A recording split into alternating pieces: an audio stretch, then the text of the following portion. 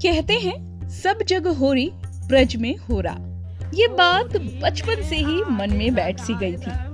उसके बाद सालों साल तक अगर कुछ किया तो बस ब्रज की होली के फोटोज और वीडियोस देखते रहने की लत। पर इस बार ठान लिया था कि साल 2023 की होली अगर कहीं होगी तो सिर्फ और सिर्फ ब्रज में होगी। तो बस लिया राधे राधे का नाम और पहुंच गए मथुरा वृंदावन।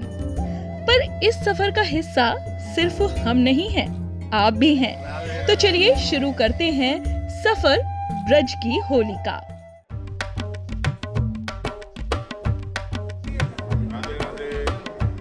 देश और दुनिया की बाकी जगहों पर जहां होली महज एक त्योहार है जो एक दूसरे को रंग गुलाल लगाकर मना लिया जाता है, वहीं ब्रज में होली एक विरासत है, एक संस्कृति है जिसमें मस्ती और अध्यात्म का दोहरा स्वाद चखने को मिलता है।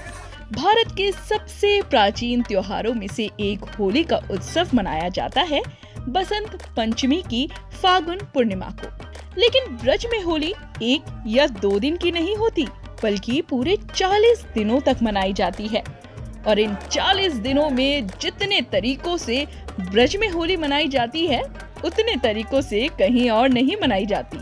बरसाने की लठमार और लड्डू मार होली, वृंदावन में बाके बिहारी मंदिर की होली, दाऊद जी का हुरंगा, गोकुल की छड़ी मार होली, वृंदावन की फूलों की होली। जी हाँ, ये सब होली प्रमुख होली है।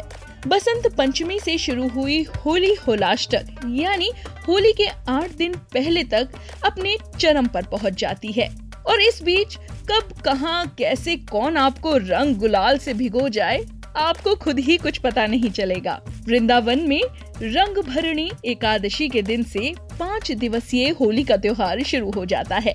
इसी के साथ ठाकुर बाके बिहारी जी समेत सभी प्रमुख मंदिरों में शुरू हो जाती है भाटो और आराध्या के बीच रस भरी होली। इन मंदिरों में भक्तों द्वारा उड़ाए गए गुलाल न सिर्फ होली का आनंद देते हैं, बल्कि भारत की विविधता और संस्कृति की झलक देते हैं। तो ऐसे में हमने भी अपना सफर शुरू किया वृंदावन के प्रेम मंदिर से, जहां रात के 2:30 बजे भी भक्तों का तांता लगा हुआ था। इतनी भीड़ कि सिर्फ बाहर से ही नजारा देख पाए, लेकिन बाहर से भी प्रेम मंदिर बेहद खूबसूरत और मनमोहक लग रहा था। जरा आप भी देखें ये नजारा।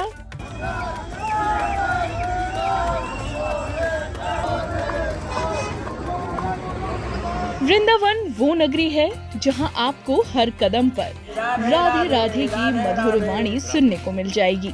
और होली का त्योहार तो यहाँ के रहने वाले ही नहीं, बाहर से आने वालों को भी राधे राधे के नाम में शामिल कर लेते हैं। प्रेम मंदिर के बाद हम पहुँचे राधा बल्लभ मंदिर। एक अनोखा मंदिर और अद्भुत नजारा।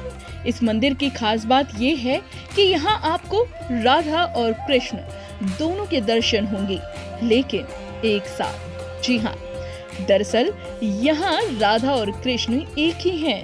एक मूर्ति में ही आपको राधा रानी और कृष्ण दिखाई देंगे, लेकिन माना यह जाता है कि यहाँ आपको उनके दर्शन तभी होंगे जब भगवान खुद चाहेंगे, नहीं तो मंदिर तक पहुंचकर भी शायद आपको बिना दर्शन वापस आना पड़े। इसी वजह से सुबह दिन निकलने से पहले ही यहाँ भीड़ लग जाती है और दर्शन के लिए होड़ लग जाती है। देख रहे हैं आप, ये भीड़ राधे कृष्ण की एक झलक के लिए है। खैर, भगवान की कृपा से हमें तो दर्शन हो गए। आइए आपको भी दर्शन कराते हैं।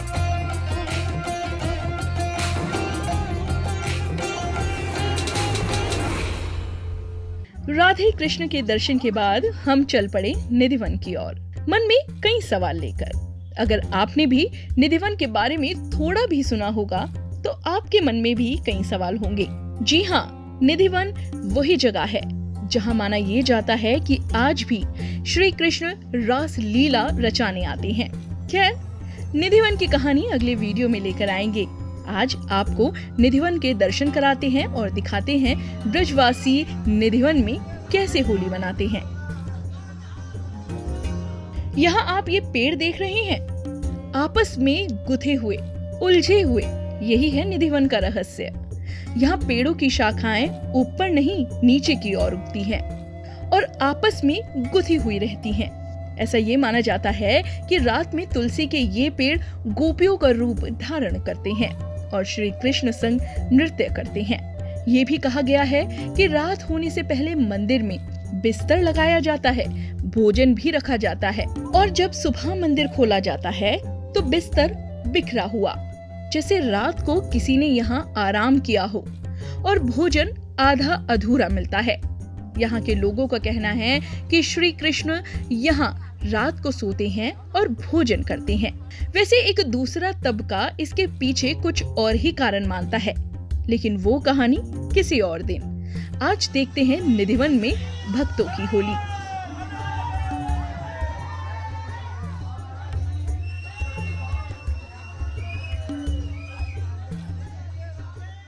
निधिवन की रहस्यमयी दुनिया से निकलकर हम पहुंचे यमुना के किनारे, लेकिन देखकर काफी दुख हुआ कि लोग यमुना की पूजा तो करते हैं, लेकिन इसकी साफ सफाई का जिम्मा जैसे किसी का है ही नहीं।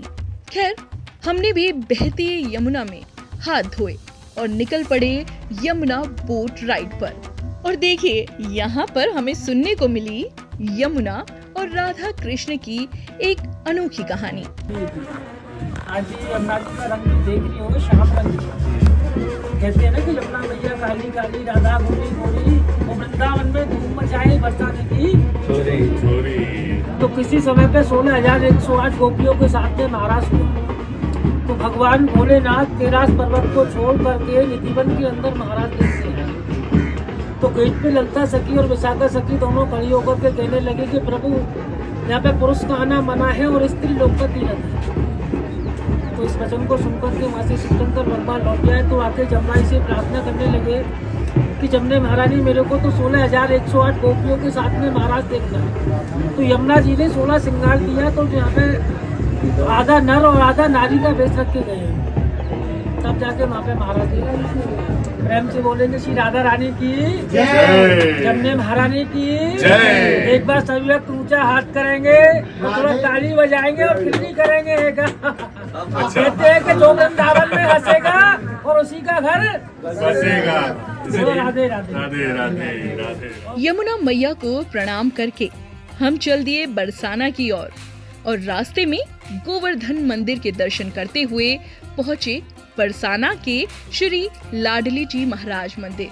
बरसाना में राधा जी को लाडली जी कहा जाता है क्योंकि बरसाना राधा जी की जन्मभूमि है। 250 सीढ़ियां चढ़कर जब हम पहाड़ी पर स्थित राधा जी के इस मंदिर में पहुंचे तो यहाँ का नजारा तो कुछ अलग ही था।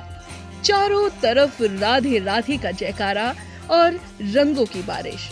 सच मानिए, हमारा सौभाग्य था कि हमें श्री राधा रानी के दर्शन हुए, क्योंकि उसी समय श्री राधा के मंदिर के पर्दे दर्शन के लिए खोले गए। आप क्यों पीछे रहें, आप भी दर्शन करें। यहाँ की खास बात है कि यहाँ रंग लगाया नहीं जाता, उड़ाया या एक दूसरे पर फेंका जाता है। एक और खास बात है यहाँ की कि यहाँ का गुलाल आपको बिल्कुल परेशान नहीं करता। ना स्किन पर जलन होगी, ना आंखों में चुभन होगी, यानी इसमें कोई केमिकल नहीं होता। लेकिन इसका मतलब ये बिल्कुल नहीं है कि जब आप ब्रज की होली देखने जाएं तो सावधानी ना बरतें, क्योंकि सबकी स्किन और शरीर अलग तरह से रिएक्ट करता है। तो चलिए, इस तरह पूरा हुआ हमारा ब्रज की होली का ये खूबसूरत सफर। लेकिन ब्रज की होली तो अभी और बाकी है। मथुरा वृंदावन में इतनी तरह से होली मनाई जाती है कि आप एक दिन में देख ही नहीं पाएंगे। अगली बार आपको फिर ब्रज की किसी और होली के दर्शन करवाएंगे और दिखाएंगे कि इतना भव्य है हमारे देश का इतिहास। अब इस धरोहर को संभाले रखना हमारी जिम्मेदारी है। तो बस इस सफर को अब यहीं विराम देते हुए इस वायदे के साथ विदा लेते हैं कि वृंदावन से जुड़ी और रोचक जानकारी के साथ जल्द आपके सामने हाजिर होंगे। तब तक के लिए जुड़े रहिए जीवन कोश से और दिल से बोलें राधे राधे।